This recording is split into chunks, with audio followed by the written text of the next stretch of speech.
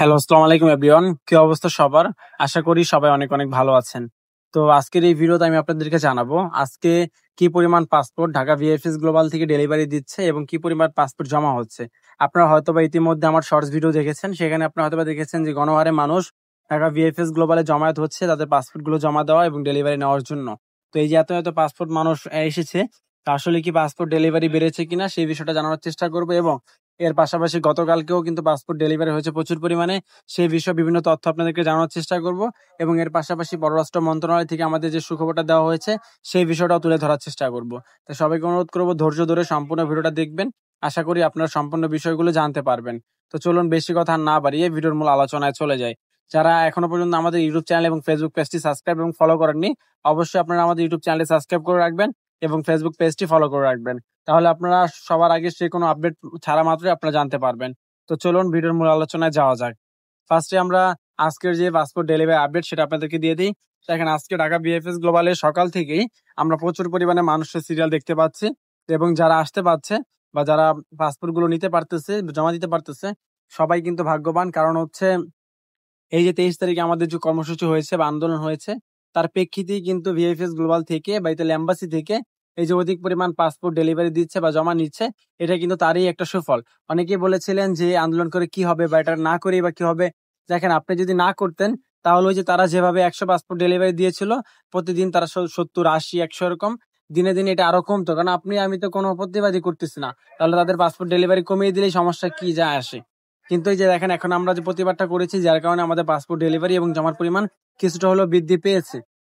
এবং তাদের একটা ভিতরে একটা জিনিসটা কাজ করবে যে আমরা যদি একটা সমাধানের পর্যাপ্ত পরিশ্রম না করি তাহলে আগামী মেলনী সরকার আসলে তখন এই বিষয়টা নিয়ে আরো ঝামেলা সৃষ্টি হবে। তখন কিন্তু মেলনী সরকারের কাছে ইতালি যে এম্বাসি, তারাও এম্বাসির যত লোকজন আছে সবাই কিন্তু এই বিষয়টা নিয়ে তারা মেলনী সরকারের কাছে ছোট হবে। কারণ তাদের ব্যর্থতার কারণে কিন্তু এই ভোগান্তি সৃষ্টি হয়েছে। তো সেজন্য তারা আলহামদুলিল্লাহ মোটামুটি ভালো কাজ করতেছে। আজকে আমরা ইতিমধ্যে অনেক মানুষকে দেখেছি ঢাকা বিএফএস গ্লোবালের সামনে জড়ো হয়েছে পাসপোর্ট জমা নেওয়ার জন্য এবং পাসপোর্ট ডেলিভারি নেওয়ার জন্য। এখনো পর্যন্ত টোটাল কোনো আপডেট পাইনি, তবে যতটুকু জেনেছি প্রায় 250-এর অধিক সিরিয়াল নাম্বার টোকেন এখনো পর্যন্ত পাসপোর্ট জমা হয়েছে এবং পাসপোর্ট ডেলিভারিও প্রায় 100-এর অধিক ইতিমধ্যে হয়ে গেছে এবং আরো পরিমাণ হচ্ছে। হ্যাঁ, তো দেখা যাক সর্বশেষ কি পরিমাণ পাসপোর্ট ডেলিভারি এবং জমা হয়। আমরা সকল ইনফরমেশন কালেক্ট করে আপনাদেরকে পরবর্তী ভিডিওর মাধ্যমে জানিয়ে দেওয়ার চেষ্টা করব। আর এর পাশাপাশি গতকালকে আপডেট নিয়ে যদি কথা বলি, দেখেন গতকালকে প্রচুর পরিমাণ পাসপোর্ট ডেলিভারি এবং জমা হয়েছিল। তবে যে গ্যাঞ্জাম হয়েছে বা যেই আন্দোলন হয়েছে তার প্রেক্ষিতে কিন্তু ইতালি ভিএফএস গ্লোবাল 2বার কিন্তু এম্বাসি বা ভিএফএস গ্লোবাল বন্ধ করে দিয়েছিল। তারা কোনো সমাধান দিতে পারুক বা না পারুক, যখন কোনো আন্দোলনে আভাস পায় তখনই তারা ভিএফএস গ্লোবাল বন্ধ করে দেয়। এটা তাদের একটা টেকনিক। হ্যাঁ, তো যাই করুক বা যত যাই কিছু করুক, যদি সমাধান না আসে তাহলে মেলনী সরকার আসলে আমরা সেই দিন মেলনী সরকারকে দেখিয়ে দিব যে তারা আমাদেরকে কি পরিমাণ ভোগান্তি স্বীকার করেছে।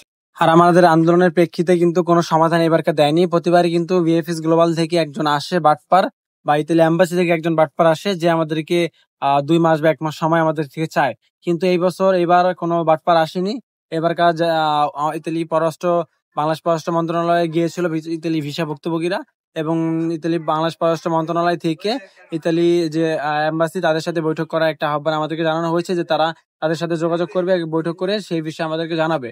এবং তার প্রেক্ষিতে ইতালি হচ্ছে রাষ্ট্রদূত এবং ইতালি এম্বাসির সাথে বাংলাদেশ পররাষ্ট্র মন্ত্রণালয়ে একটা বৈঠক হয়েছে এবং সেই বৈঠকের প্রেক্ষিতে তারা আমাদেরকে যে বিষয়টা জানিয়েছে সেটা হচ্ছে আমরা যারা ইতালি ভিসা ভুক্তভোগী হয়ে আছি, আমাদের এই সমস্যাগুলো তারা যথাসম্ভব যত দ্রুত সম্ভব তারা এই সমস্যাগুলো সমাধানের চেষ্টা করবে। এবং ইতালি মেলনী সরকার আসতে তো 1 মাস বাকি, তারা এই 1 মাসের মধ্যে যথাসম্ভব তাদের চেষ্টা মতো যথাসম্ভব তারা বেশিরভাগ পাসপোর্টের সমস্যার সমাধান করে দেওয়ার চেষ্টা করবেন এবং বাকি যেগুলো আছে সেগুলো পরবর্তীতে খুব দ্রুত সময়ের মধ্যে তারা দিয়ে দেবেন বলে বাংলাদেশ পররাষ্ট্র মন্ত্রণালয়কে তারা আশ্বস্ত করেছেন।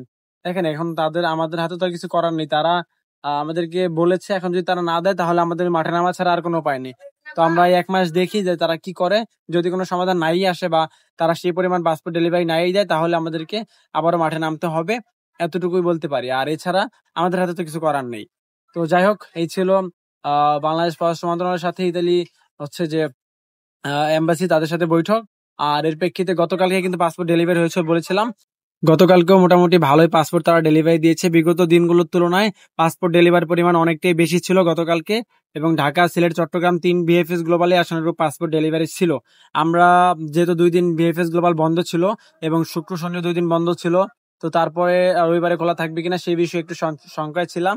হ্যাঁ, তো যার কারণে আমরা সেরকমভাবে কোনো তথ্য সংগ্রহ করিনি। যার কারণে আমরা সেই বিষয়ে আপনাদের কোনো রিপোর্ট গতকালকে জানাতেও পারিনি। তো সেজন্য আপনারা ক্ষমা দৃষ্টিতে দেখবেন। আর আমরা আজকে তথ্য সংগ্রহ করতেছি ইতিমধ্যে সকাল থেকে। আমরা আপনাদেরকে সেই বিষয়গুলো খুব দ্রুত সম্ভব আপনাদেরকে জানিয়ে দেওয়ার চেষ্টা করব। ধন্যবাদ সবাইকে। দেখা হবে পরবর্তী কোনো ভিডিওতে। যদি ভিডিওটি ভালো লেগে থাকে তাহলে অবশ্যই ভিডিওতে লাইক করে দিবেন এবং আপনার মূল্যবান মতামত জানিয়ে দিবেন কমেন্ট সেকশনে।